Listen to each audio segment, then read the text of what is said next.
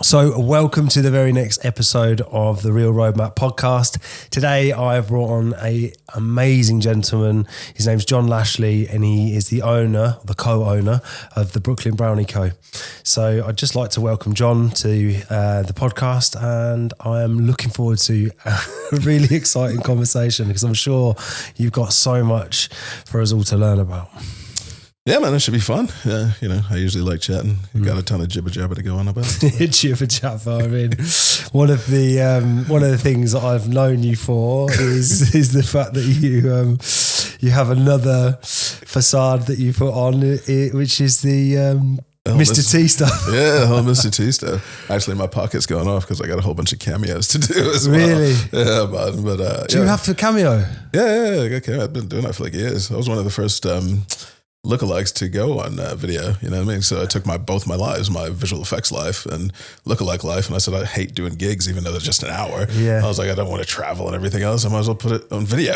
Wow. And that was it. I was just like, there's my fee. If you want to pay it, pay it. If not, and that does all right. Mate. Yeah. Really? It does really good. Yeah. Wow. Yeah. So I'll just pop on my hair and my what do you call it? My vest and chains and just go upstairs in the middle of baking. Like, quit your jibber jabber, fool. Happy birthday, Sue. That's about it. It's just over.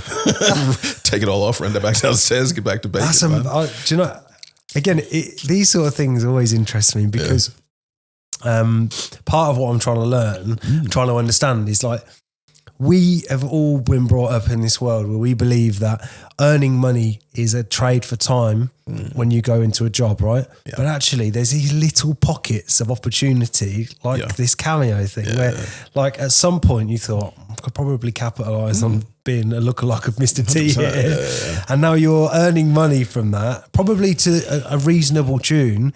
It could be a day job, yeah. Really? Yeah. That's amazing. Yeah. I mean, the thing is, it's kind of like you just starting as let's go down the lookalike route. So starting as a lookalike back in 2009, I didn't know what it was. I turned up to my best friend Gemma's birthday party. She called it a fancy dress party. She was one of our runners. I worked at Ragdoll at the time, working on In the Night Garden. And she was about to leave. And she said, "Oh, do you want to come to a fancy dress party?" And I was like, "What's that?" Being an American, new in the country, and she was like, "It's like a costume party." I was like, "Is this for your birthday?" And she was like, "Yeah." I was like, "How old are you?" She was like, 21. I was like, "You guys dress up here?" I was like, "You guys punking me?" Because I was asking the rest of the guys. They're like, no. So she told us it was an 80s party. And competitive artists we all got the invite and we were like, yeah, we're going to keep a secret who was going to be what. So I grew my hair out at that time for a long time. And I was like 2 months in advance. And people were like, "You're looking a bit homeless, John." I was like, "Nah, don't worry. And then that night, shaved up my head, put on the chains, basic chains at that time. Always wore dungarees because I love dungarees. Your pants don't fall down or anything else. Popped on the red top. And went out, and mate, it was insane. I mean, the guy who owned the bar, he paid me to stay later, and he kept taking pictures of me that night. He was like, "Oh, mate, you look great. I thought, this guy's a bit of a pervert. And then he was like, "Yeah, can I have your number?" And I was like, "This guy's definitely a pervert." But he was like, "No, I want your number. Can I get your email? Because I'm going to send you all these photos. There's this thing in the UK called lookalikes." And I was like, "What's that, dude?"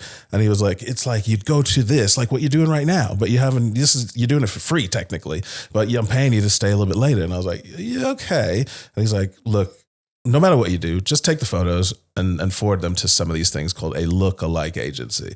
And he sent them through that Sunday. And as casual as that, I just went forward and I went and looked on Google, so who the top agencies were. And I said, this guy kept taking pictures of me all night. I look like Mr. T. There you go. And the following week, I was working for Drayton Manor. I did a commercial for them, a commercial for Asda. And then the ball rolled out of control onto Britain's Got Talent. We toured the world for about a year and a half.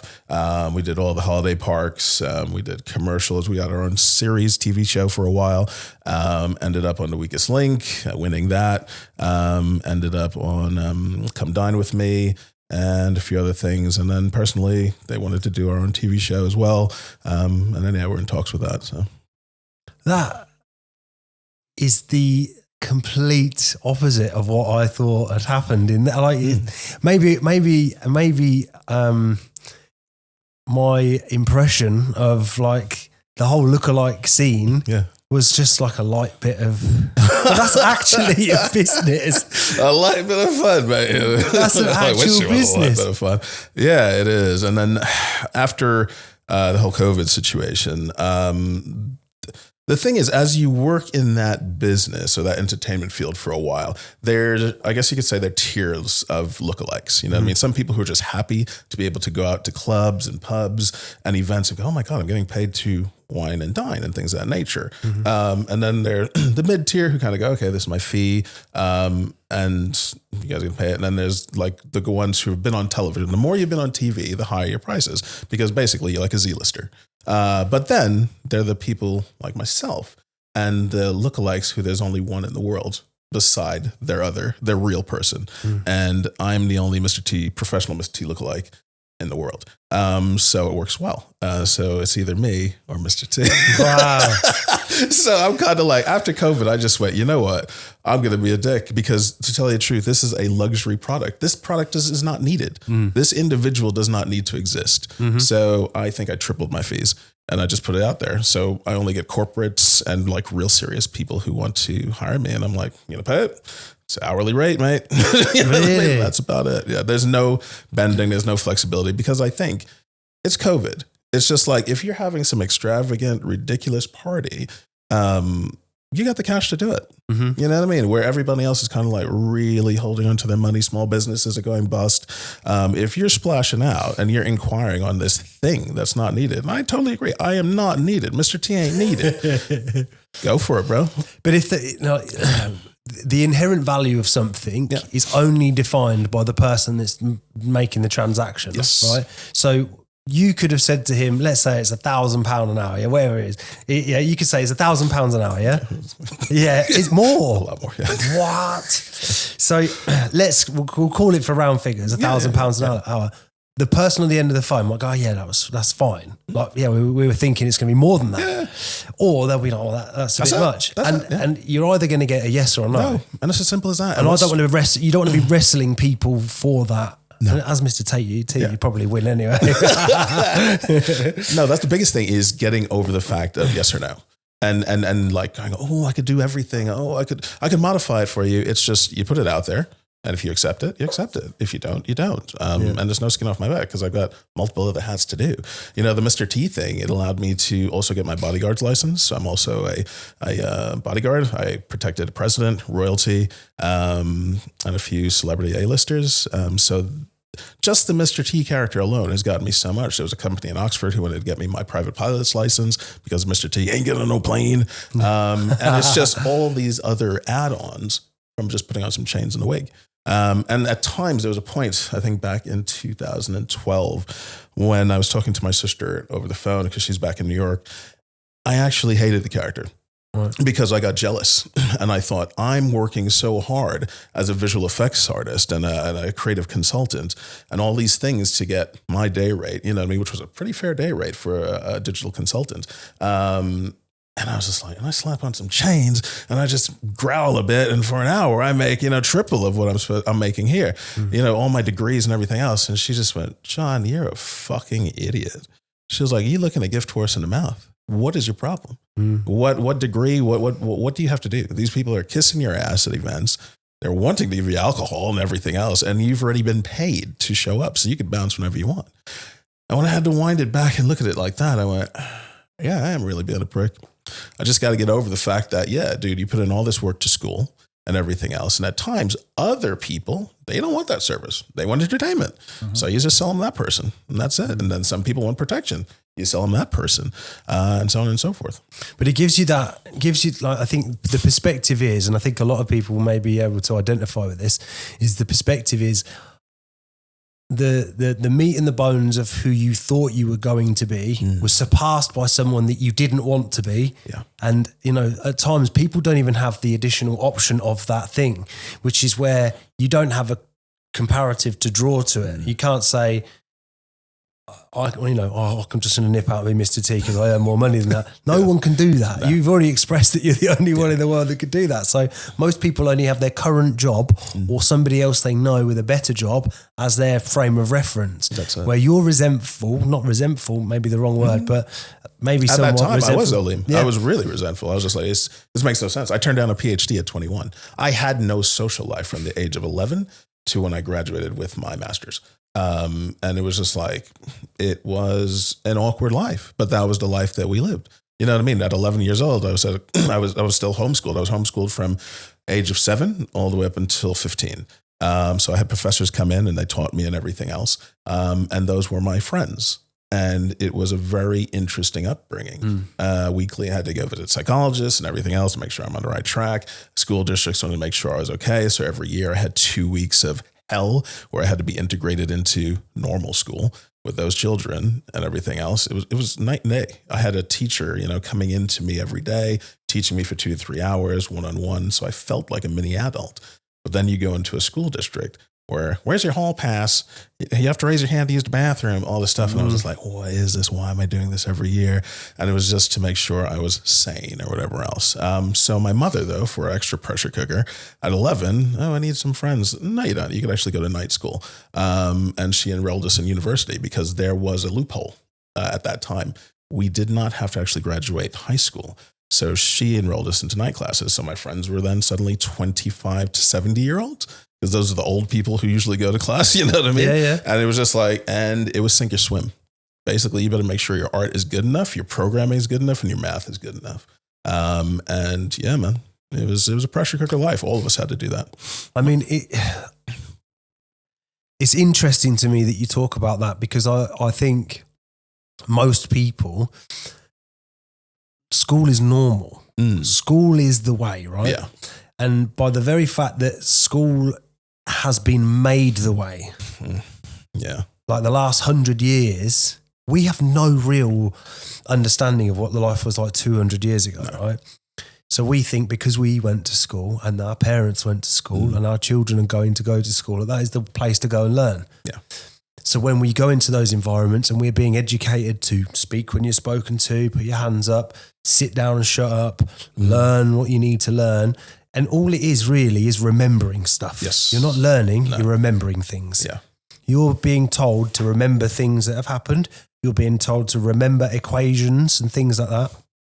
I was talking to my little girl about it the other day. I was like, you do realise that this, I appreciate that you're at school and I know it's a thing, but I said, ask me any question. She asked me, I'm just there's the answer. I said, ask me any equation, any math, it's here. Yeah. I said, you don't need to know all this stuff. What you need to know, more importantly, is you, who you are. And I think that's where most of us struggle. We identify with our grades. We identify with who we are at that time, what we're being told to be. Yeah. And then when you come out, and this is where I struggled, I had no idea who I wanted to be. I had zero clue. I had no morals, no principles, no guiding forces, no understanding of my person, who I wanted to be. Yeah. I had no idea. Yeah. And to hear that you were homeschooled and in that environment, you felt like a mini adult. Yeah. So feeling like a mini adult, you're actually developing a more true version of reality because most of your life is adulting. 100%. Yeah, you know what I mean? It is adulting. Yeah. I mean, it may, do you ever feel resentful or maybe disenfranchised from the fact that you didn't really get the same sort of childhood experience? Not really. Because it wasn't really needed. You know what I mean? It's just like I had a large family, had 5 siblings who I lived with. So we played together. It wasn't like I was an isolated kid. They went to school though. You know what I mean? I have asthma. I still have asthma. I was promised for years, every decade, the doctor was like, oh, you grew out of it this decade. I was like, yeah, okay, I know I'm going to die with it. But yeah, man, I still have the same terrible asthma. But that's what kept me home because the school districts in America, they didn't want to be put at risk or liability if I died on site. So yeah, exactly. My asthma was that bad. I'd be hospitalized 2 months at a time whenever I'd get sick. So it was really bad. So I had my own pulmonologist. I had my own specialists and everything else. So it was terrible. I was just lucky Dad had really good health insurance. I was going to say, because out there, like you do anything and it costs money, doesn't it? It costs money, mate. Yeah. But Dad had really good health insurance. He worked for the government and it was good. You know, we had 2 dad, mom household. It was a yin and yang situation. She's from British Guyana, so South America. Dad's Irish, German, Long Island bred and born, hippie boy, you know what I mean? And oddly enough, they met at the college/uni that I ended up going to. first, you know what I mean, where we all were enrolled in night school. Yeah. And it was crazy. They met in like a night class. And that's where they sparked. Dad came into my life when I was 9 months. He came from a single parent family, and he met me and apparently fell in love with me. He was just like, this boy is amazing. I think Dad was 24, 25 at the time. Wow. And my mom had 4 kids at that time, including me. It was a bit weird if you think about it. This North Shore white boy meeting, you know, this immigrant woman, and she has kids, and he's just like, his thing was, I don't want this 9-month-old boy to grow up without a dad like I did. And he's been my daddy ever since. He's been pops, you got me. And he's still his dad. You know, when I went to uni, he moved in with me for a while because mom, this is how crazy mom is. Hillary, and my little sister, who's now an aerospace engineer, she works for Amazon for renewable energies and everything else. So she got into Cornell. So that's 250 miles up north. In Cornell's a really it's Ivy school. League school. Yeah. So she got into their mechanical engineering department, aerospace engineering department. And mom went, cool, I'm moving up there, instead of sending Hillary to dorm. So she bought a house overnight, moved up there, and dad downstate with his job. And he's like, baby. And she's like, yeah, you just travel up on the weekends, you know what I mean? And bring the kids up, whatever you want. So I was like, well, you can move in with me, Pops, you know what I mean? And we had the best time ever. Well, I went to uni in Manhattan and everything else. I'd come home, he'd be cooking, or I'd be cooking, he'd come home from work. And it was a great time because I was of age. And he was, you know, he's dad, you know, but he's no longer a child, father-son situation. It is father and son, but it's no longer a child and an adult. It was a fantastic time. And I got to tell you, that was one of the hardest times moving over here because I had to settle up everything and move away from him. And then he had to find another place to live, you know what I mean? And yeah, it was a hard one. That was my hardest point in my life, leaving dad. That is one of the most beautiful stories of parenting or step parenting, like standing in, like walking into your life and going, right, I'm committed to this. Yeah. Because a lot of us as people, I think, have these traumas, and the word trauma is a new buzzword. It's been, it's everybody's talking about it, but a lot of my stuff that I felt are, and I don't think any of it is meant.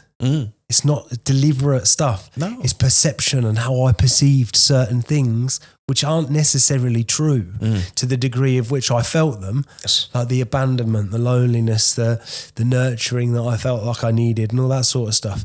Like the environment didn't offer me that. Yeah. And that made me feel a certain way as I've grown old, and I've had to work on all that stuff myself. But to hear a story like that where the word trauma wasn't even mentioned. Oh, no. So, and the fact that you actually didn't even frame the fact, like there was a period where your biological father had left.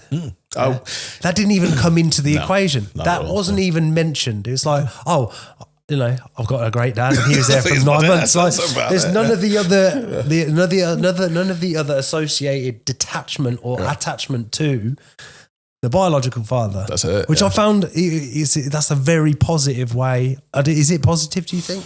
Well, the thing was, it's going to be a nice long chat. But the thing is, it's just like my mother from inception raised us all to be very singular thinking individuals and very practical. So if somebody wasn't mentioned, they didn't exist. So the thing was, my biological father was technically kind of a sperm donor. He didn't know I existed until my mom kind of went, "You've got a son." She popped down to South America on a vacation, and she said in her mind that she wanted a child and she wanted a boy. And I know you can't get these things immediately, but she's so crazy. She puts stuff to her mind, mate. The things that she's done is wild. If she could tell you a story, man, I wish she's did a podcast before she passed. But yeah, she has some hell of a stories, mate. But yeah, she went down there And she came back with me in her stomach. That was What? it. Yeah, then sent the dude a letter, and he was like, and that she was like, I don't want anything from you. I just want to let you know at some point if you want to make contact. And that was it. Didn't know the guy's name up until she passed a few months ago. So it wasn't even a big, difficult, overly complex situation. Nothing. So there's no resentment to be held, really, is there? No, the guy didn't exist in my head. Pops is pops, dad's dad. You know what I mean? It's just like, he's still dad. I talked to him the other day. We just ended up, I called my sister because she was about to have a baby, and then he took the phone. We ended up talking for 2 hours. That was it. But yeah, man, it's just like, I think it's just down to good parenting and people who love, and he loves purely, man. He's a great father. So would you attribute some of those loving qualities that were applied to you, but also the very pragmatic and like, if they're not there, they don't exist sort of thinking that you expressed?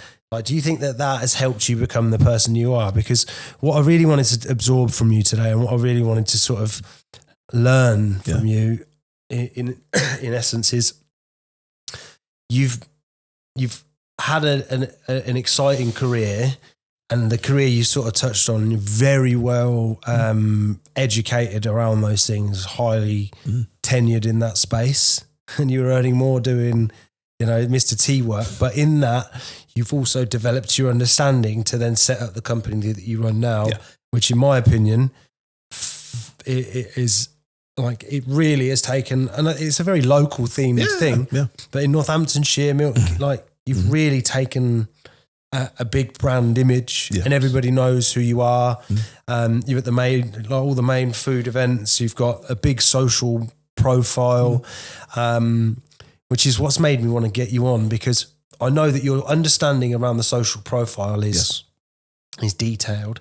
I know that your capacity to grow that and provide value, and also entertainment, which a lot of it is as well, has been essential to the growth of that. But I just wanted to sort of ask you, like in the most loose way that I could possibly ask it. So, how is it that you think that you have managed to take what is quite simply making nice brownies and turn that into your sole vocation? How have you managed to do that? Ooh, it's actually a semi-short one. And it goes back to the root of the family. So you got mom and dad being the hippy dippy, and their mom being the iron fist of business and everything else and getting things done. And with that yin yang parenting, they created each one of us, of my siblings and so on and so forth. So with them giving me the type of energy and that type of upbringing, I've always been able to make decisions very quickly and cut things off when I know things aren't working correctly. And that worked well in film and video when I was doing that for 15 years or so in creative consulting, because people would bring me in to help trim down their teams, explain to them what's the best production pipeline or digital pipeline they need for their facility, and just make the really hard decisions. And that was fine. So that digital area, I was happy and I mastered. But unfortunately, I think I hit my glass ceiling in this country. And I say now I was fine with that, but at the time I wasn't, because once again, it's validation. And I was trying to figure out, dude, I've got this. I turned down a fucking PhD at 21. I worked on this. I worked on that. I created this, and when you go to some of these interviews, you have to bring 3 to 6 month creative package of what you're going to bring to this corporation, because they're huge corporations. And then when you do round 2, round 3 of interviews, and then for whatever reason it goes quiet, and then you see your stuff on television, or you see your digital pipeline within their facility, because you see it on like kiosks and everything else, it stabs you. It hurts. That's how they take some of the... It hurts you. And the last one I was going to do, I still remember the day. I was going to go round 3 on this one. That was a local one, a pretty big company. And Leo, we started the brownie business at that time. It was kind of still a side thing. And Leo went, "Why are you doing this, Dad?" And he just looked at me like that. And I was like, I'm thinking, I gotta pay the bills. You know what I mean? In my head, I'm just like, I gotta do this. All right, shut up, kid. And he was like, why are you doing it? And with that, I think I had an extra set of brownies in the box, all boxed up in the back of the car. So I drove down, get to the interview. And I took the brownies in the back of my briefcase, started showing my presentation. And as usual, I think there was about 4 really large companies. I've done this before. I started doing my presentation and explaining to people in keynote, what am I going to bring to their company? What ideas, what they're doing now, which is terrible, what could be better? And I could see them writing down notes, and they looked hungry. Liam. And I was like, seen these eyes before. And I just looked at my bag and I saw the brownie box, and I just kind of smiled and closed my laptop. And I said, I think we're done. And I put the brownies on the table. And I said, enjoy, have a great time, guys. And they looked baffled as fuck. And they were just like, what? And I was like, shook all their hands. And I said, I think we're done here. And I just left, and that was it. Because I knew I wasn't getting the job. I knew they were just writing notes. They were taking every freaking thing that I was writing down to them and I was giving them gold. I was giving them their creative plan for the next 6 months. And even further, because it was a local company, they would have eked that out for maybe a year and a half. You know what I mean? Because I move quick and I know what they could have implemented. And I was giving it down to the nuts and bolts. And I was just like, I'm done with this shit, mate. Let's make this happen. And I went back home, and we really made stuff happen, dude. So how long did it take from that moment there? Because these are the juicy moments that I like to understand. For me, there's been a few pivotal moments where I've been in a good job. I've been doing something for a solid period of time. I've got a good amount of experience around it. I'm very skilled at doing the thing that I'm doing. And all of a sudden I'm like, I can't figure out what this feeling is, but I have to do something for myself. And it's caused big problems in my life because, you know, since being 17, 18, one of the guys that I interviewed last week, he's a family friend of mine. He makes the plastic trays that you would get in major supermarkets with your food. Wow. You know, like your meats and stuff. Yeah. That business was turning over 95 million a year. Mm-hmm. He sold out for a very healthy eight-figure sum, right? And it's plastic trays, right? Yeah. But I used to go and see him, and I'd give him ideas and pitch him not because I wanted him to give me money and let's get this started. But I knew I was entrepreneurial. Yeah, I knew I didn't want. And every job I've been in, I've worked my way up, and when I've got to a certain point in my career, I'm like trying to look for the next thing, and I'm lazy, right? And I say lazy in the sense that I want to make things as easy as possible for myself. Yes. Okay. Yeah. I want to make things as easy as possible. I want to do the least amount of outward effort applied and get the highest yield. I hear you. Okay. That is why, rather than dialing 100 numbers to do a deal, I would rather put good marketing out into the world and get my warm leads that way and speak to 10 people. That's my expression of the term lazy. Yeah, you're efficient. I'm trying to become efficient. So where I dislike doing certain things, I'm like, well, this needs fixing.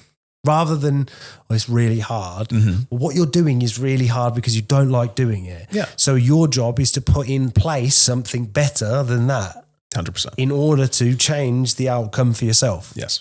And in essence, seeing what you've done with Brooklyn Brownies, I mean, we worked together. This is how we got an introduction. I had a food truck for a while, and you know, I did quite well with that. But what I noticed was one of the things I ran into, which was a difficulty, was cash flow. Like I was always in a position where like I needed to earn a certain amount every month. If I didn't, I'm getting behind. As soon as you start getting behind, and then the following month doesn't do what it needs to do, maybe it'll be busy this month. No. That then doesn't work. You're then double in arrears and then getting and it's like then the butcher put his prices up and then the price of everything started going up, and then my car insurance came, and then all of a sudden I'm in a position where like it was over, and I was delivering parcels at night as well as doing that, and you're burning yourself out, man. It was horrible, and it was difficult, and then it was like I was struggling to pay for all my stock and trying to keep ahead. And then, you know, I got to a point where it was like, look, I can't, this isn't for me. This isn't for me. And I'm grateful for that whole experience, because all the failures that I've ever experienced in any business sense, whether that's with an employer or as the self-employed individual, I've taken so much understanding from it. Yeah, they're all learning processes. But for me now, this whole process, so I've got an amazing business partner, sold out of his company for a lot of money. Yeah. A chap that I interviewed last week, he's now mentoring me. Oh, cool. Which is amazing. Yeah. And he called me and asked me to mentor me, which I found was unbelievable, because he's like, somebody doesn't need to. Yeah. He didn't need to do it, but he said, like, somebody that has the skills that you have and has the capacity that you have and understanding of things that you have, you should be wealthy. Yeah. And for me, I'm not trying to become wealthy. I'm trying to become as free as I can. And for me, freedom is not being able to get on a jet, fly to fucking Dubai with my feet up in business class. And like, I'd love to try that. Yeah. But I don't need that to be the metric. No. The metric for me is if my debit card says no, right? And like, if my kids want trainers, does my debit card say no here or not? Yeah. Don't want it to ever say no. So that means my earning capacity only needs to be just about into probably 5 figures a month, which in this day and age isn't a massive feat. No, it's not. Yeah. So, and for me to learn from you, the things that I'm so interested about is how you've taken your social platforms from where they were to where you have, because you've made Brownies a viable business. Yes. Now, albeit phenomenal brownies, you've made it a viable business. You've also, if somebody's thinking Brownie, they're thinking John Lashley. They're thinking Brooklyn Brownie. Yeah, they're thinking Exactly. Brooklyn Brownie, right? Yeah, usually. I just want to know as much information as you've got in your brain that you could share with myself and the audience as to what you feel are key elements of a successful journey from start to finish. Talk about from like zero inception. Followers. Yeah, inception to here. Well, pivoting on the weekend when we pivoted fully from digital to what we are today, it was, I still remember the Monday, you know what I mean? I was just like, cool, showed Leo the artwork and he was like, yep, let's go with that, color space and everything. And we... How old was he at the time? 12. Yeah. It's funny when your kid's like, as casual as that. Yeah, it's all right, Dad, maybe Mom will change this. You're like, okay, kid, you know how many years I got on me? But yeah, he's always been such a good little rock to like bounce things off of. We started that kind of running because we had to. I needed to be around for Leo. And Leo needed to know where Dad was all the time, because around that time, his mother, who is a forensic psychiatric nurse, she committed suicide, and she took her own life. We did not know she was suffering. No one knew she was suffering. That was a huge ripple that happened within all families. We were separated at the time, and it was painful. It was the weekend that I had Leo that this happened. Yeah, Leo's mum. Yeah. So the weekend I had Leo, it was all planned. I picked him up at 1 that day. It was odd. I had to pick him up at 1. Had to pick him up at that time. Picked him up at that time, went off, did the Costco thing, the standard things before we head back to Northampton. And around 5 o'clock, my phone started just, blah, blah, blah, blah, blah. Can you talk? Picking it up. It's Leo's brothers. Have you heard from Mom? And I'm just like, what? Yeah, because it's my time with Leo. I'm like, what's going on? And then it was just this police on the phone suddenly, and I'm like, this is real. And yeah, she, I think around 7 o'clock they found her body, and it was actually in a hotel just down the road here. She left letters for everyone. Left a letter for me, Leo, her brother, his brothers, the paramedics, the police officers, the coroner. She was that meticulous. And the sad reality is just what you were talking about, finances. All you want is to be able to get ahead and never worry. As a nurse, she was let down significantly. Trying to make ends meet, getting into arrears and everything else, and being too proud to ask or to insinuate or whatever, you know what I mean? Because maintenance was there, significant amount. It was good. it's just, once again, just communication, man. Because when I go back into everything I felt at that point in time, I'm just like, bro, I just wish we would have communicated more. And once again, it's human nature, us being able to communicate effectively and open up. I know how hard it would have been for her to do that, because she is a very proud woman. She worked every day of her life almost, you know what I mean? There's never been a point when she was without a job. And she worked her way up from cleaner to team leader, forensic psychiatric nurse, mate. And it's mad. And then to the fact where you just ain't making enough money to be able to live in Milton Keynes and, you know, provide for your children as a single mother. And the only way you see out is out. It's so much better. It's so much burden. And I've experienced that where, you know, a lot of times in my life, I have been close to the wire and it's been very difficult. And it's like, it's the world is set up incorrectly. Is set up in a way that we are going to struggle, and hearing that it's just to grind everybody, mate. The world's set up to grind the grind people. That's it. It's the hard callous. So many people log out. I mean, we're part of a men's mental health group over here called the Man Cave, and do you know what? There's been guys that have come and sat in meetings, and they were like, "Look, I was in the car and I was planning ending it all, and I saw a post on Instagram said about it, and they've come to the meeting and they're still here." That's it. And you know, to hear that you've experienced that, and I've been privy to people doing this stuff, it's scary. Particularly, I felt that.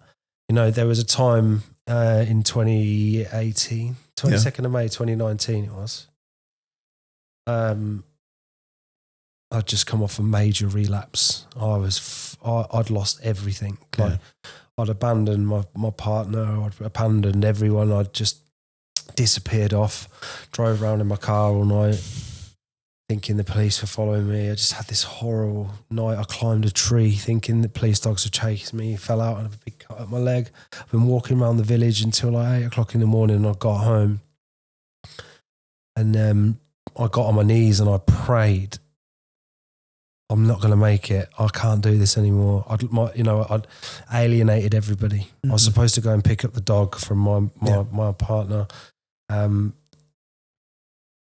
didn't turn up, so she had to get her friend round because they were all going on holiday. So, you know, she's in the airport worrying about me, where I've gone, where's the dog? Like, it's just a horrible thing. And I just didn't want to be here anymore. And I really didn't want to be here anymore. But I had that coin to toss. So I stay or go, and I prayed, and for the first time, my own experience of God in his whatever form it is, was like, ain't going yet. You ain't going yet, and I didn't, and I fought through a lot since that day to get to where I am today, and I've been through loads of ups and downs, but I just feel like it's so important to share this message with people that you aren't what's happening now. No. You are not what's happening now. Yeah. You are capable of becoming everything you want to be. You just have to accept the current position you're in. Also look at the parts of you that have created that. Yes. And then open yourself up to being helped or speaking to someone.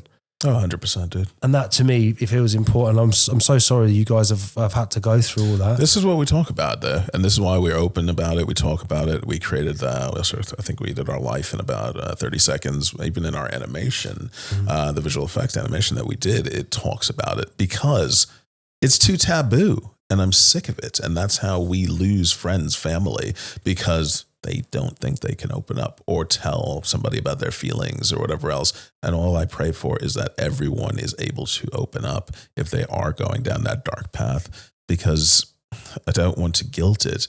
The ripples that ensue when you go, it's just exponential. It just keeps going. The ripples are insane and it affects so many people. It's just, hold on and open up to someone close, or not even someone close, you know, message somebody. We've had people DM us, dude, who we didn't really know, you know what I mean? They were customers, or as a customer, they just press buy and they have the product. They DM us, I heard your story and I was feeling XYZ and I saw the outcome that what you and your son have been able to do and build. And I'm just like, oh my God, hold on, let me get it. What's your phone number? And we have a chat, And it was just like, it helps. And this is why we open up and we talk about our story, man. Don't feel ashamed if you're feeling these feelings. Talk to someone who loves you. I think the thing to remember, and I think that we can all sort of identify with, and I think a lot of us struggle with, right? Yeah. Absolutely every single one of us are exactly the same thing. We all fell out of another person a certain period of time ago, and we're all walking around pretending like we're not all doing the same thing. Yeah. We're all trying to fucking figure this thing out at the same time. Now, it's not necessarily anybody's fault that they're feeling the way they're feeling, and it's probably validated as well. But the truth is that there's always a way beyond that. Yes. If you can find someone to just go and express that to, and you don't even have to have a solution. Sometimes expressing it is the solution. Yeah. Like, I'm just exhausted, I'm this, I'm that, this isn't going right, this isn't happening, this wasn't work for me, she's left me, this heartbreak, this feeling, I don't like myself, I don't look good, there's all this stuff. Nobody loves me. Fine. In this moment, you feel that. But feelings are not real, right? Because if feelings were real, you would feel what I was feeling, and I would feel what you were feeling. Exactly. Right? They are imagined inside. It's like a sensation in the body. You're getting triggered by something. If you stop for a minute and look at the trigger and say, what is this? What is it? Yeah. I was abandoned when I was a child. I was this, I was that. There's just loads of it. Yes. Like, unpick the knots. It's hard work.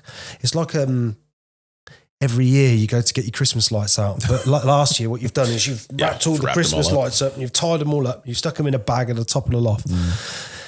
Your job is to get the lights out, and your job is to get them undone. And it could take you 2 days, 3 days. And if you've got to change 50 bulbs out of 100, if you do that and you hang them up on the house, you're going to have a beautiful home. 100%. You know, it's that you've got, that's the work for me. It's a bit of work, but you definitely support it is needed. You know? I think that in this world, it's part of this whole journey for me as well, is like, for me to create financial success and commercial success, I have to create emotional success and the person that I need to be. So I'm on a healing journey alongside a business journey and an educational journey. Yes. And I'm trying to encompass all three things. And I'm so glad that you touched on what you've touched on. And it's a privilege to hear how well you guys have come through the other side of that and the impact you're having with it. But with that though, they have to pivot so quickly because no longer creative consulting, going to London, disappearing for a while. I then had Leo full time. He came back to the family home. We definitely had to do something that we could do from home. I say we because it's us, both of us now. I had to do something that we could do both from home. And these brownies were incentive treats for the teams. Was this all about the same time that you left the job? That walked out of the interview. Yes, all around the same time, mate. Wow. Yeah, all around the same time.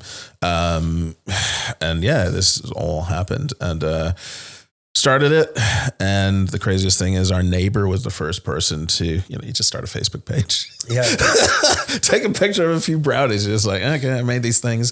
We named it Brooklyn Brownie. Why did we name it Brooklyn Brownie? Once again, my advertising background, working for Coke and all these other things.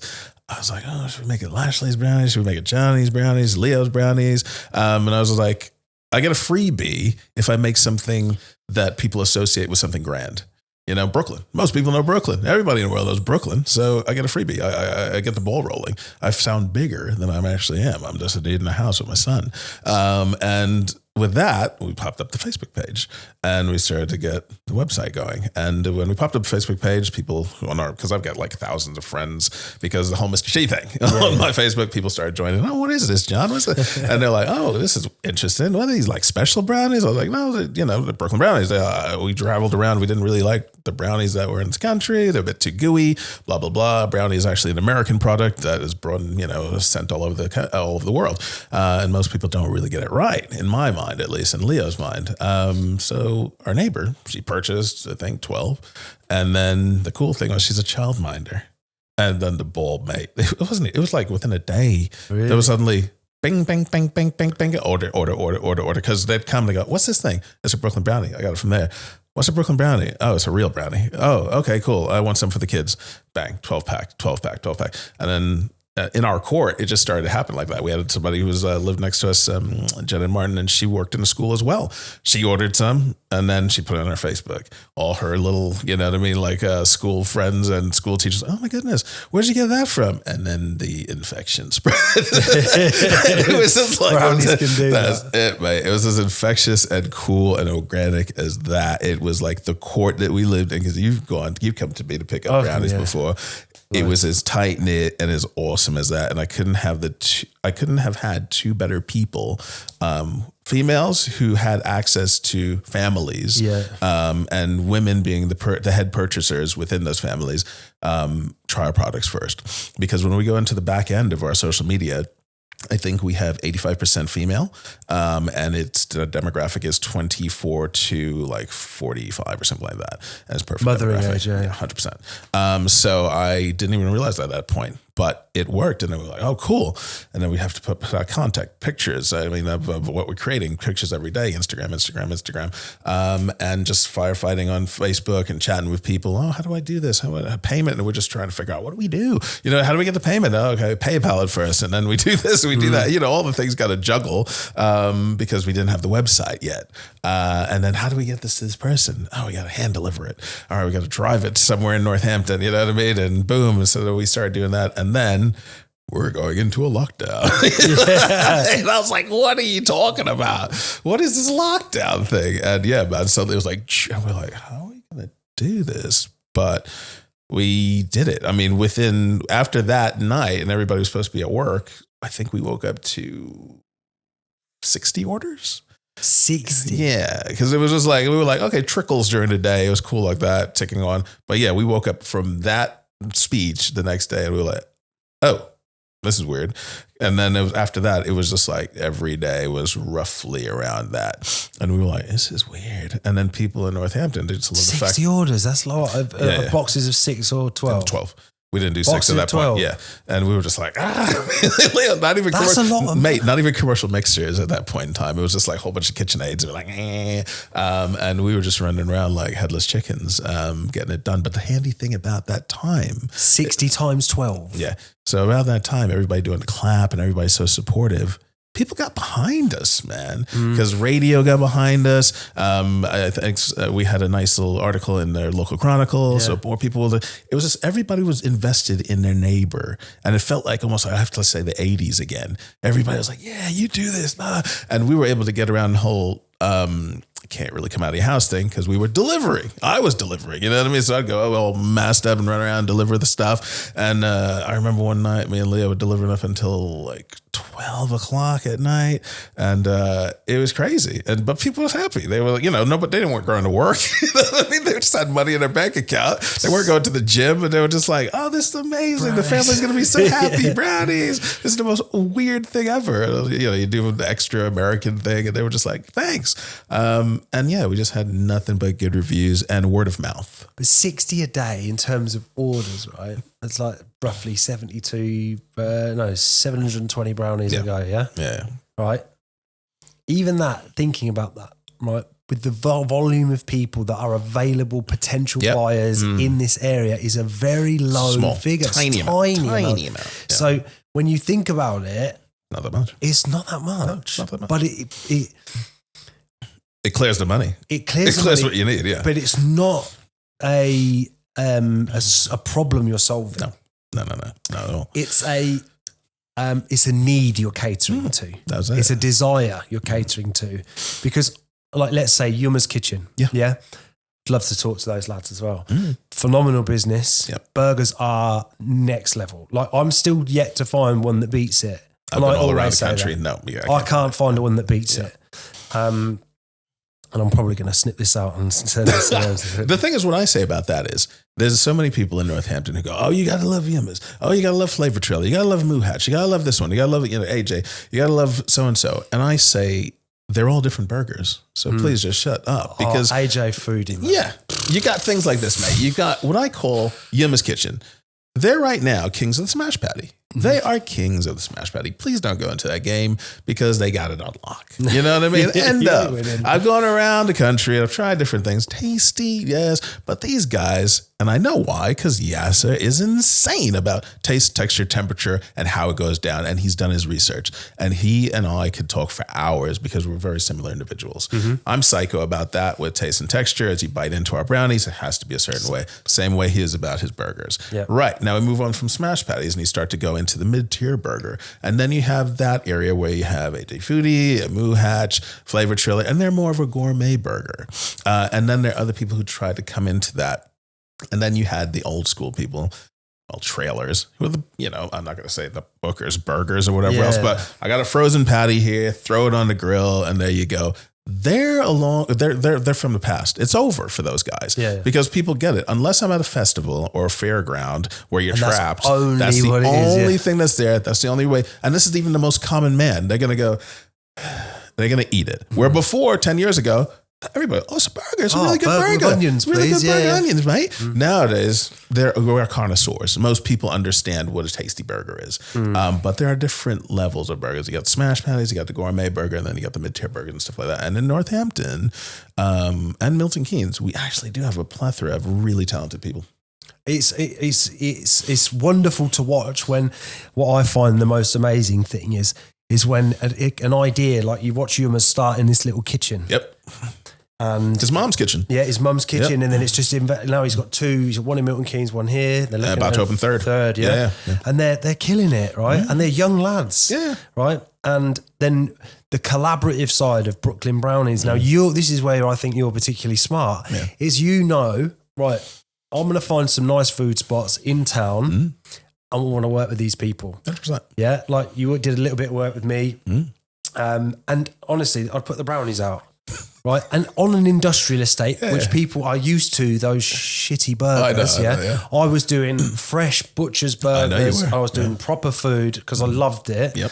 I made this burger called the Spaniard, and it had crispy chorizo and fried onions, and it was just like.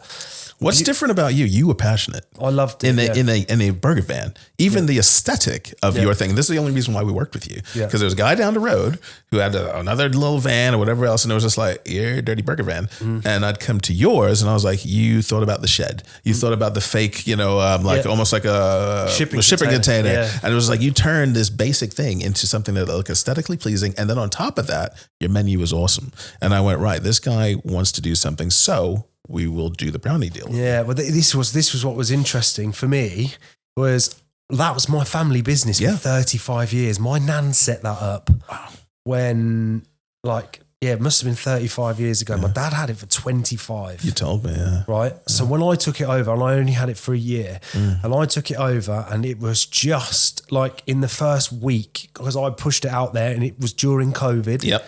But because I was a takeaway, I could get away with it, and it was fine.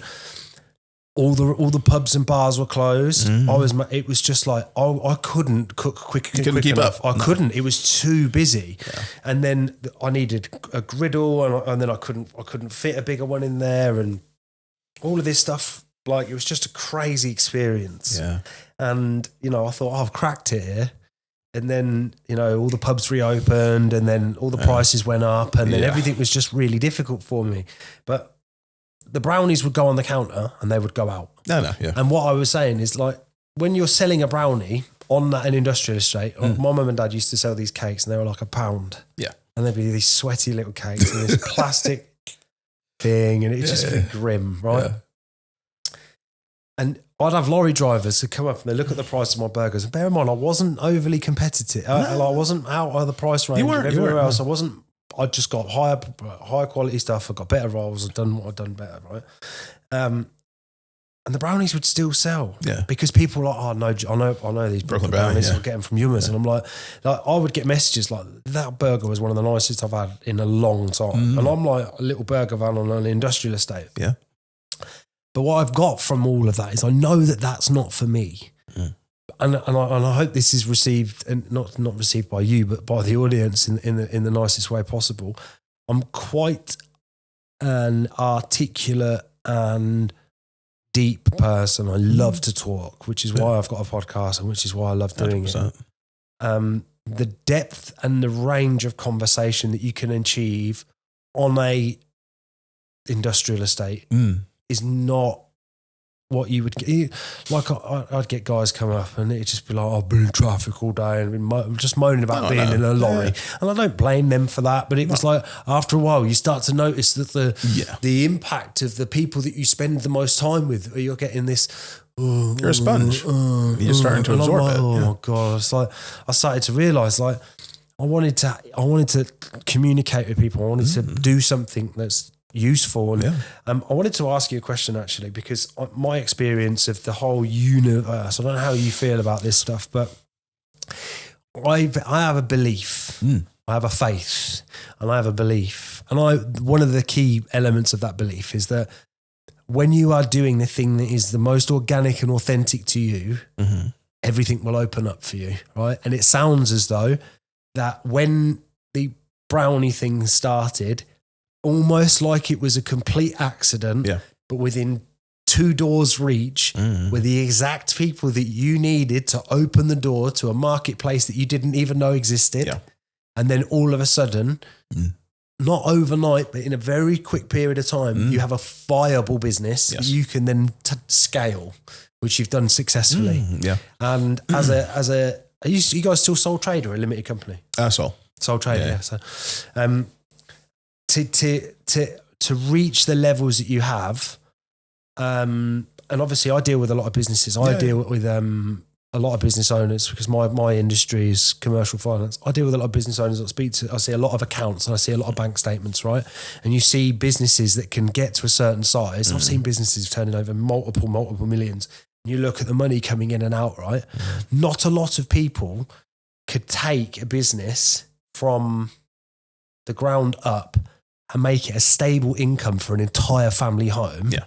And then some, I'm assuming, from nothing. And you've done that. Like what I like to say is, 50 pounds and a plastic fork and a jug. And that's kind of how we started it. You know what I mean? It's just it's just like we didn't even have a proper mixer. Everything was very calculated because I was just like, is this always in the back of my mind, my mother, is this a stupid idea? Are you going to ruin the house? Are you going to do this? You know what I mean? What's going on? So it wasn't like, and what I was always worried about, because my mother used to dabble in business and she'd go get things, my sister as well, my older sister, she'd get a lot of product in and they would be terrible marketers. They wouldn't know how to get it out. So my head was everything has to be lean. And almost I'm selling intellectual property. So that was the biggest thing. So I was just like, let's try to do this as lean as we possibly can, see if it'll work and pivot if it doesn't. But it worked. And we just chased that ball while I was rolling. And would you say now that Brooklyn Brownie's journey has reached a level where you're comfortable, or are you thinking of expanding? Like, what is there got any goals for the business as you move 100%. Forward? Yeah, we definitely want to expand. Multiple food trucks. We have a food truck right now that does very well. We've done Formula One. We've done all the whole Silverstone gamut. We're going to be starting to do more large scale events next year. So we do want to get maybe 3 to 4 of the food trucks and get that going. The biggest thing is letting go of the reins. And I'm sure you know this. It's like when you hire on somebody to help you or whatever else, you're kind of like, do they have the same ethos? Are they going to be able to manage the system as you do? Because the other thing is, our brownies are good. Our brownies are multiple award winning. But at the end of the day, people come to see myself and Leo. And we've had that at the food truck. Now, recently, last night we had, Where's Liberty? We had that like 20% of the time. So we were like, are we really going to have a baby in this food truck? There's lots of laws against this. I think there might be a few, you know what I mean? I got away with this 12-year-old here. You know what I mean? He's 16 now. You know, it was awkward. Last year, I think this year past, Silverstone, they wanted IDs.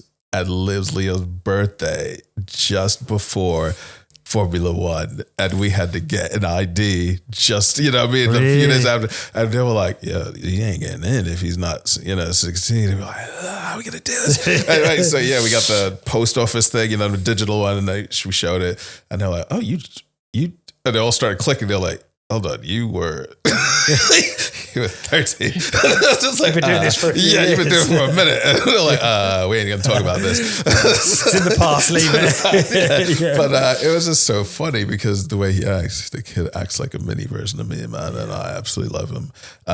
But yeah, it's we're happy where we are right now. We are gonna scale. Many people are like, are you gonna have a shop? Are you gonna have multiple shops? No. At the end of the day, what I would actually like is a huge dark kitchen / facility which churns out 50,000 brownies a week, if not more, you know what I mean? And we stock maybe like 20 or 30 places around the country. So there's and this is why I love talking to entrepreneurs and entrepreneurial, because that there is a structured goal. And like what I normally do with the business is sort of go, right, how are we going to get you there? Because normally, like let's say you're buying 4 trucks, well, there's ways of doing that where you can kit them out, getting them all done and dusted, and 100%. Have them become cash flowing assets for you. Yep. The fear that I get from a lot of business owners is like, what you mean? I've got to employ someone to do what I do. Yeah. They're not going to be able to do that. And realistically, the branding is the pillar. Yeah. So the attention too, but they don't always expect, they might hope for to see the baby, or to see Liberty, or to see you, or to see Leo, which inevitably at times they will. Yeah, 100%. But it's because the product's so good as well that it allows for that to function. So you've really got to, I mean, I'm really excited to see how that sort of takes shape. And it'd be cool to sort of talk through the process with you at some point, you know, see what you're actually, because what a lot of business owners, not suggesting you, a lot of business owners do is they go, right, I want to do this, but I don't know how. Or I do know how, and there's a lot of other stuff that I don't know how I'm going to do. And I love that exercise. I love that as an exercise. Because you can go, because what I tend to do, and the whole reason I have a business is, I work in commercial finance, right? And all the advertising that's available in the world is like, do you want a loan? Do you want asset finance? Do you want this? Right? It's just selling, and it's just fill the form out, blah, blah, blah, right? What I say, what I want to do is say, right, if you're a business owner and you've made it to a ceiling of $250,000 turnover a year, you've hit this ceiling and you want to go to the level above, do you have a real plan for that? If you have a real plan for that, do you realize that there are things out there that can bring that to fruition quicker? Yeah. You can plug in various sources of other people's money to create the environment where you've got the assets working. Like I did it with a taxi firm not so long back. He was he was turning over quite a lot, and he asked me for 50K, and I said, well, what's the 50K for? And well, to do this and this. And I said, right, if for funding something, you can only really fund once in this moment. So I said, what do you really want to do? And he said, well, I'd like to do this and this and that. And I said, well, what would that cost? And he said, well, 75-ish.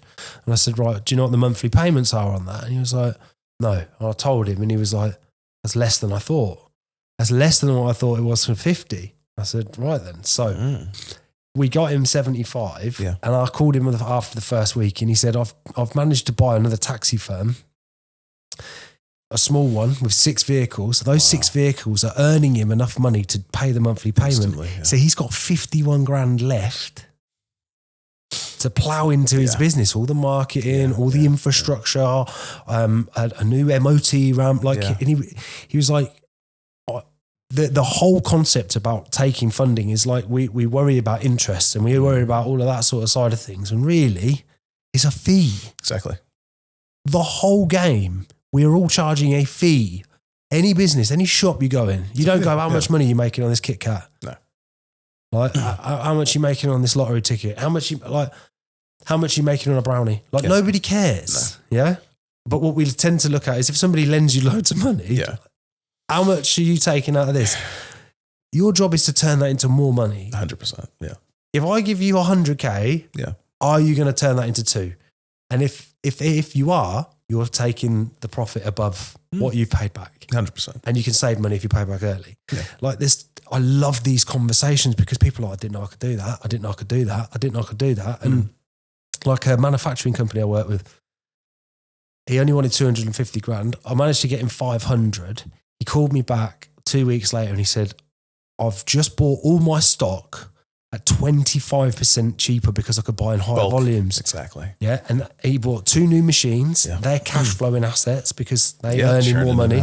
And he was like, he said to me he had 210 grand left, right? After all of those cash flow, and he had all his stock. Yeah.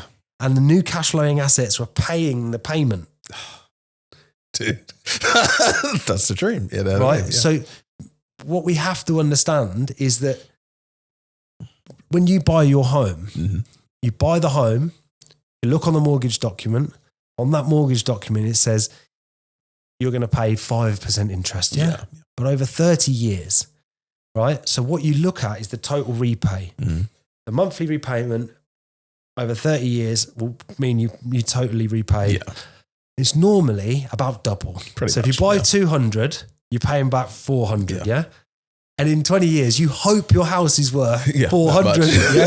So we think, the market will go up. We've got an asset. You're saving it now. That's all you're doing. You're lending the bank the cash, the money.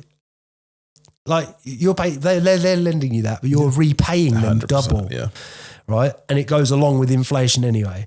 So why do we always look at debt in a certain way? Because the debt we're used to and what we're conditioned to do and what we're conditioned with is credit card with a 33% fucking interest rate that we have no problem buying a Rolex on or fucking loads of shitty clothes or a holiday and then worrying about how we're going to repay that out of the same cash flow from our income every month, which hasn't changed. No.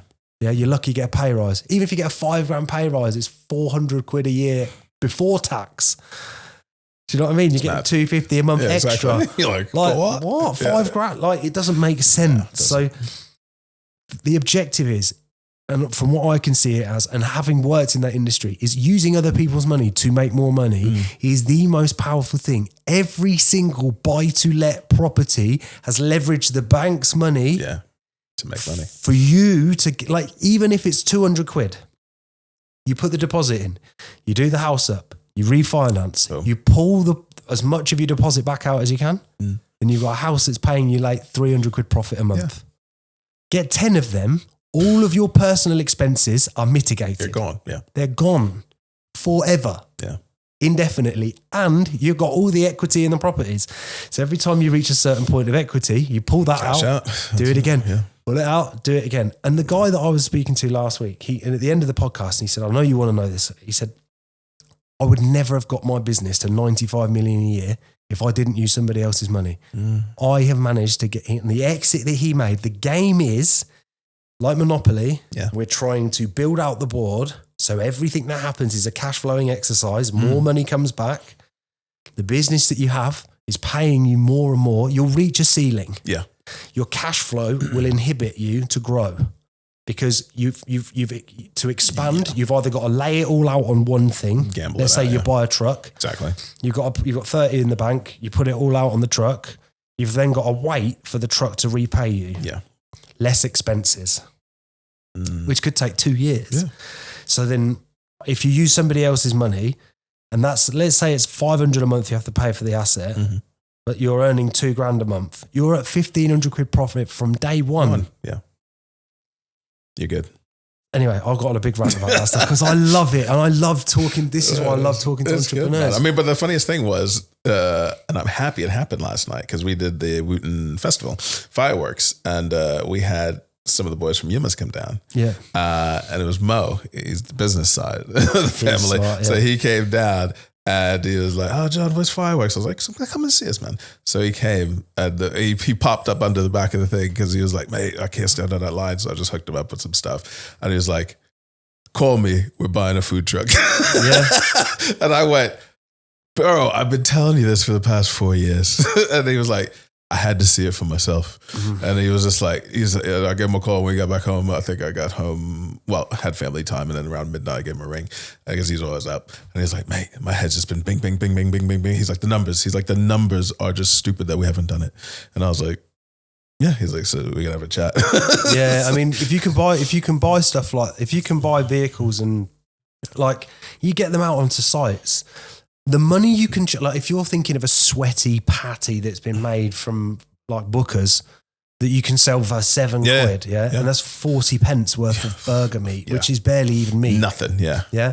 And you put a smash patty out on a site like that you do on high volume, thin patties, they cook quick, gorgeous, big grill, nice, you can churn like the turnover you can do in an hour. Yeah, it's mad. And if you've got a big enough serving window and the competency of the staff, a simple menu, which theirs is, and yours is, yours is already pre-done.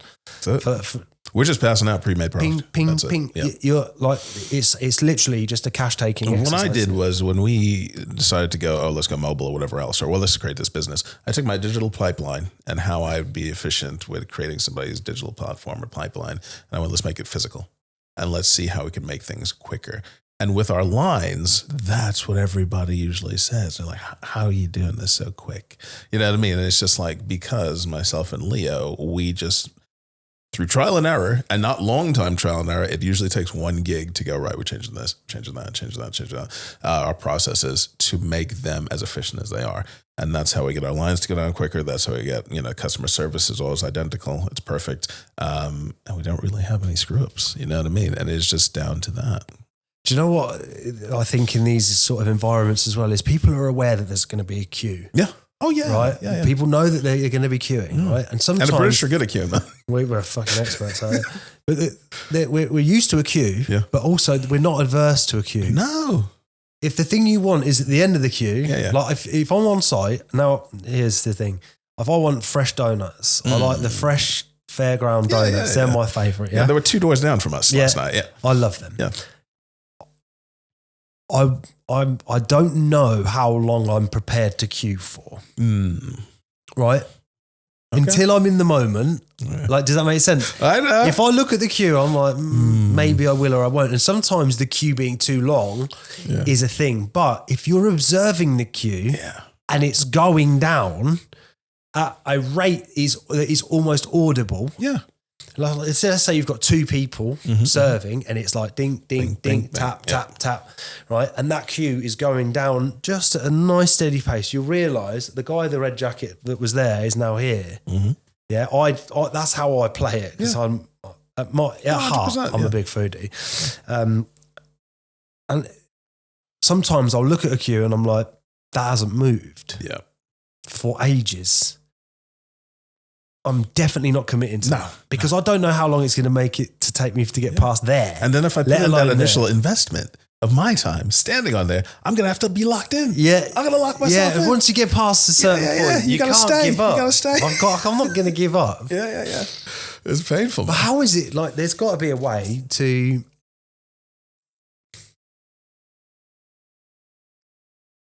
improve that process or...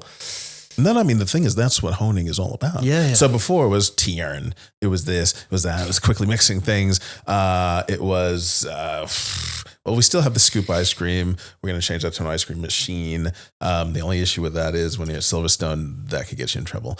So that's the only reason why we haven't put an ice cream machine in. There's almost like an ice cream machine. But they're always breaking. No. But then I'm saying there's like an ice cream machine mafia there, mate. You know what I mean? Really? Yeah. The guys, they turn over a ridiculous amount of money, the ice cream trucks, and you don't screw with them. They like us because they know that we can't turn their volume. We have the scoop and they're just like, oh, you got brownies and other crap, and you just put 1 scoop with it. Just if we put a machine in our thing, our tires will be slashed. No joke.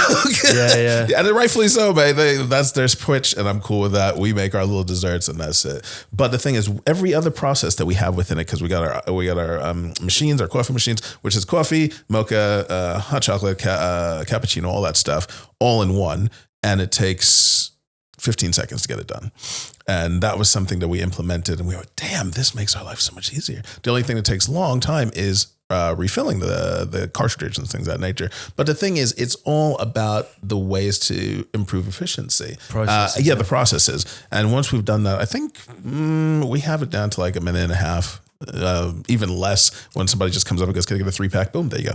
Yep. It's like 20 seconds. It's the card payment that's the pain in the butt. So we're going to get the Starlink, the Elon Musk's little satellite on top of our roof, because then it'll be instantaneous. Yeah.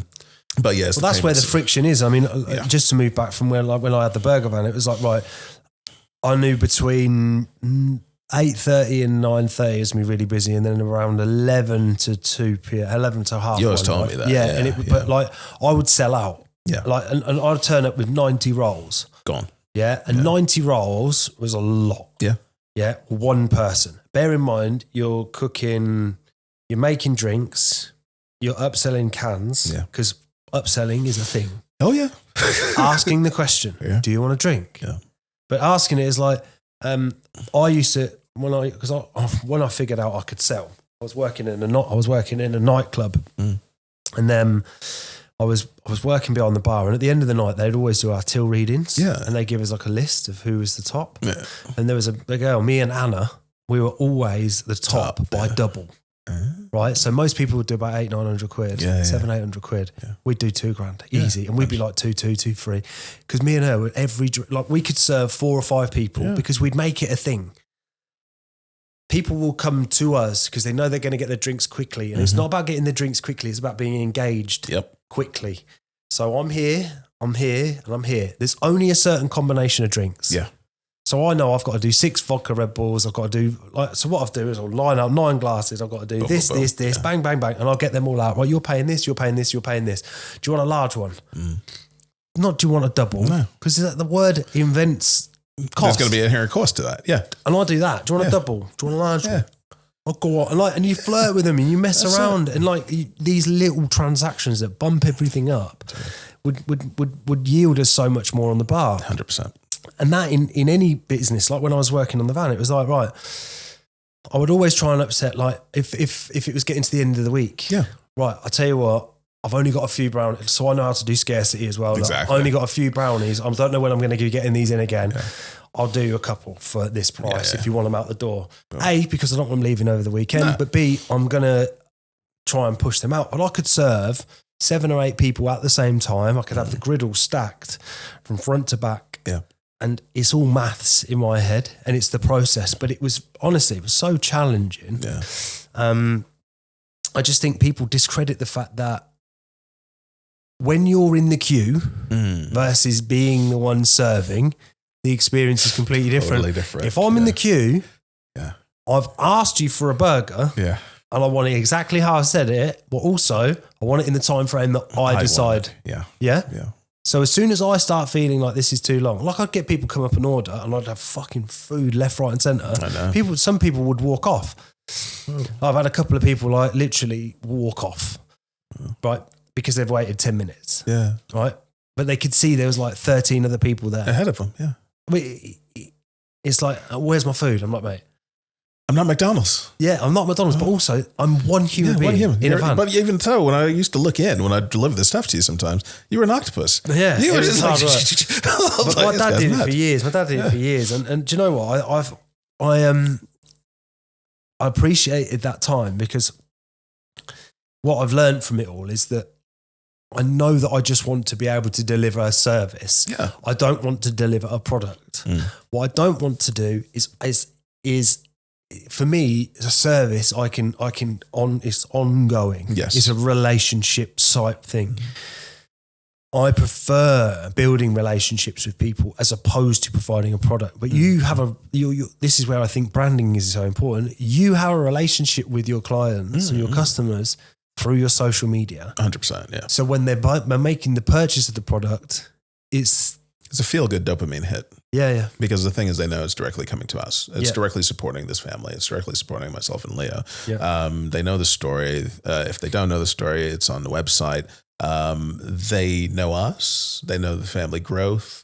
They know where we were from the start to the finish. And the beginning of that is just being open and honest. There was a point, Liam, when I was thinking, when we started it, it's all about marketing. I was like, do we even show our faces? Yeah. Because all the stuff I had to deal with back in America, I'll be straight, being black, it has held me back, unfortunately, in certain positions there. And I was just like, do we show who we are? Is that still a thing then? Well, with my sister, yes, even where she is. She makes, $500,000 a year. And yeah, she's, it's a bit awkward. You know what I mean? It's just like there are still barriers. But I would say, I thought, well, we're males in a baking industry. And in the first, I think I did tell you, we had a few messages in the start of, you guys don't look like bakers. you know, and things of that nature. And I was just like, what does a baker look like? You know what I mean? I was just like, hold on, there's a baker, a candlestick baker. I was like, oh, yeah. But we just troll these Wikipedia, people. what does a baker look like? Yeah. So we just used to troll them. And then finally I was like, you know what? No, mate.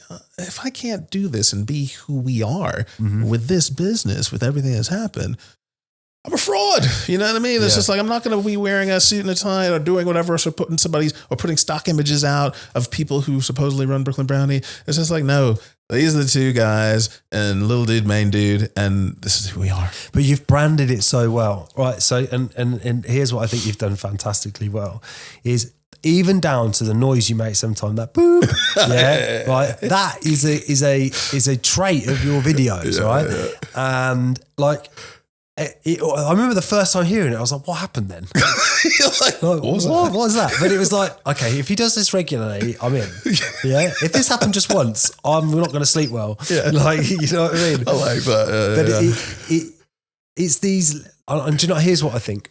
If you watch me start making videos, which you are watching me do, and I'll say this for everybody on the camera here.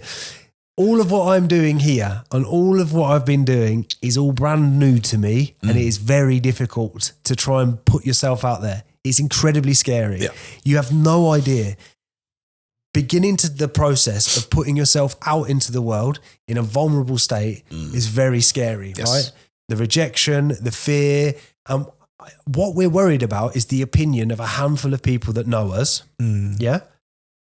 But outside of that, to the wider new audience, think about all of the people that you follow and you admire. Yeah.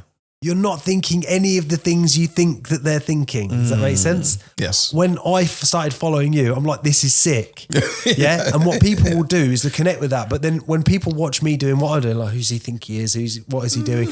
That narrative that I think in the back of your mind, I think is happening. Yes. Yeah. And I've had to accept to myself, like, do you know what? There are 8 billion other people on this planet. I would really love to deliver something useful for them. Yeah. And if I can by default, as a consequence of my actions, make a living from that, I'm happy with that. 100%. I'm not trying to pollute my life with loads of money and Rolexes and Range Rovers. Like, don't get me wrong. If I can do that in my life at some point, I would like to do that. I think we all would. To a degree.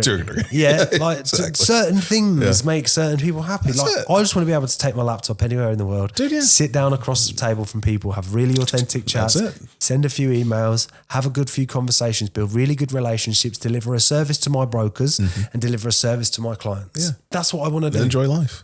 And if I can build a brand out of that, amazing. And do you know what? I'm 35. I've officially reached a point where I've said to myself, you are potentially halfway.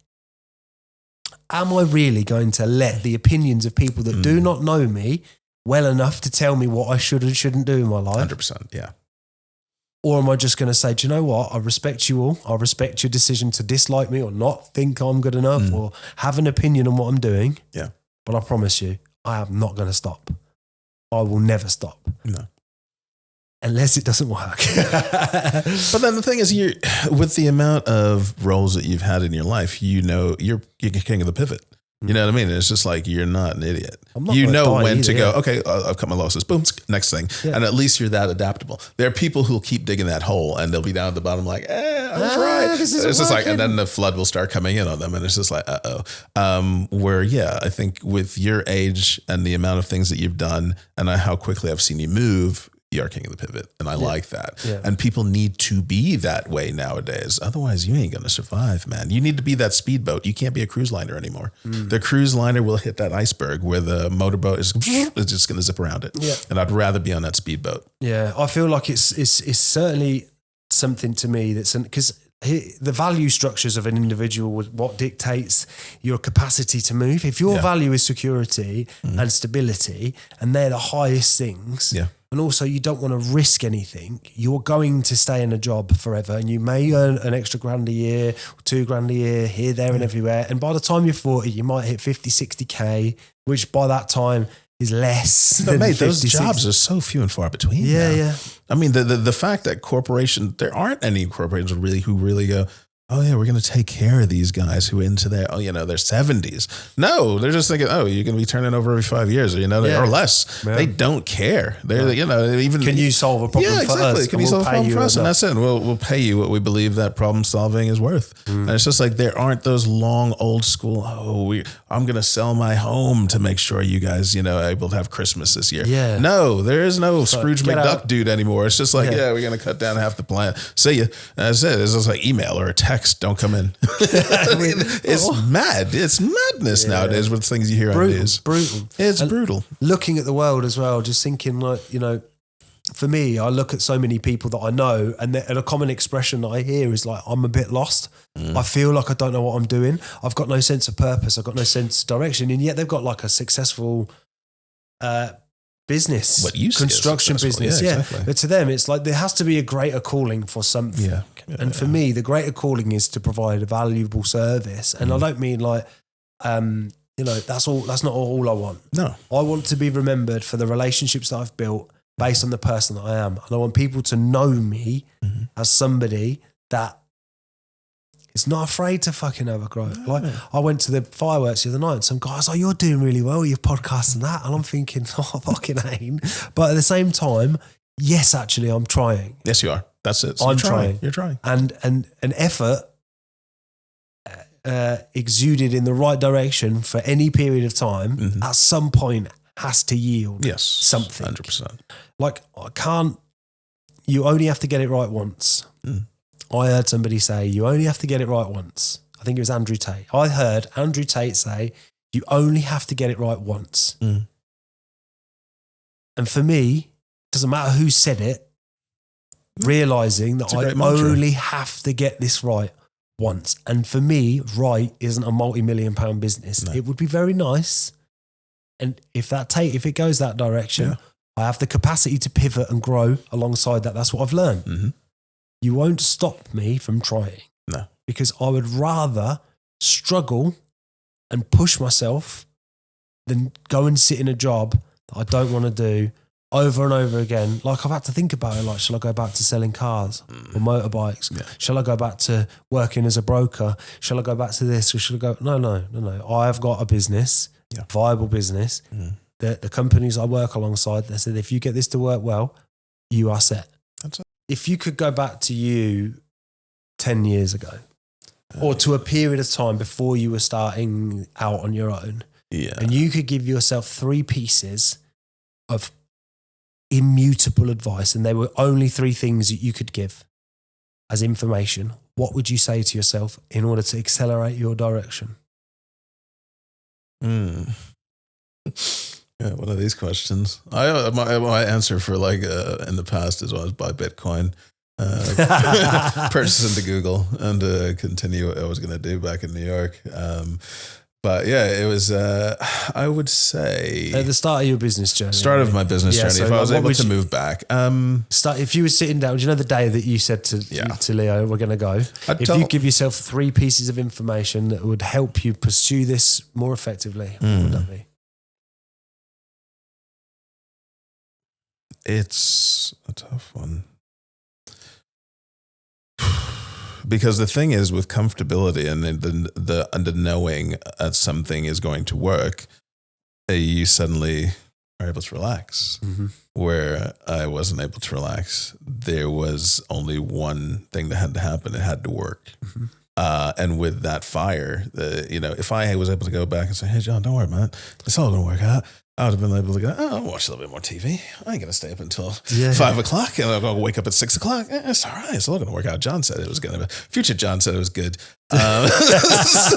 So no, it's, I would say I'm the type of person I'd go back and say, mate, watch yourself. I'd scare myself shitless. Really? Yeah. And I would be the most paranoid psychopath to make it work. And that'd actually be maybe triple times the amount I would be right now. Really? I need that fire. I don't need any shortcuts. I don't want a shortcut. I want to build my own pipeline. I want to make it happen. And that's it. The second I start getting a little cheat code, I get lazy. Okay. What is the end goal for you? So is there a a get out or a thing where you go, do you know what? I would like to, in 10 years' time, sell everything up. I would like to, like, is there a sort of, what's the end of the journey look like for you? And where are you, how are you sort of planning to get there? To tell you the truth, Liam, it's just from the start, it was provide for the family, get Leo to a certain age, allow this to be his thing at some point, where if he wants to sell it on, or if he just wants to take money from it as he goes on to become like a programmer or whatever network security he wants to do, or even an artist, because he started to dabble in that. But I wanted to be able to fund his lifestyle as well, fully. But he doesn't have to take it over. I don't want it to be like, this is the family business. You have to do this, son. Because he didn't sign up to it, really. It was just like, it was a byproduct. At 12 years old, exactly. It's a young decision to make. Yeah, a very young decision to make. But he's a director, isn't he? Yeah, and he won 2 Great British Entrepreneur Awards. The youngest person in the country to do that at his age at that time. So yeah, man, it's that. I want him to have the security I didn't, because jobs will make you redundant. Jobs will make you feel awkward. So then you quit, or you need to quit on everything because you feel that crap about yourself. Yeah. So I want him to have that security to just go, hey, I don't need this. I got Brooklyn Brownie, mate. Yeah. You know what I mean? It's just like, oh yeah, that's cashing in. I'm going to take a few months holiday. You know what I mean? If we can earn, let's say, like, and I always say this, right? For us to live the life we really, really want, right? If we can define what that looks like, so we want a 4-bed house, we want a nice car, we want to be able to go on holidays every so often, we want to be able to, keep new clothes on the kids' back, and I want to be able to eat out a few times a week, and I want to be able to go away at the weekends if I want to. Simple stuff, really. Yeah, simple stuff. You probably need between 6 and 10 a month. Yeah, if you're going to live that regularly and have, say, some contingency, whatever, you need between 6 and 10 a month. Yeah. That's 120 a year at the top end. That's not impossible. No. That's not a millionaire's lifestyle. No, exactly. But if you get to that, if you're doing 10 in the bank every month, I promise you, your life's going to be wildly different. I think I saw an update the other day. That's you're even less than 1% in the country. I mean, it's like 0.1% or something like that. And they was like, "Do you know what it means to get that?" And it's like, "Oh, you need over $100,000." And I was like, what? When you hearing that, you're like, and you're that percentage? Yeah. How bad are people doing? You know what I mean? It's just like, how crushed doing, or how crushed have people been? Yeah. And it's unfair. And this is one of the first things that I saw when I came to this country.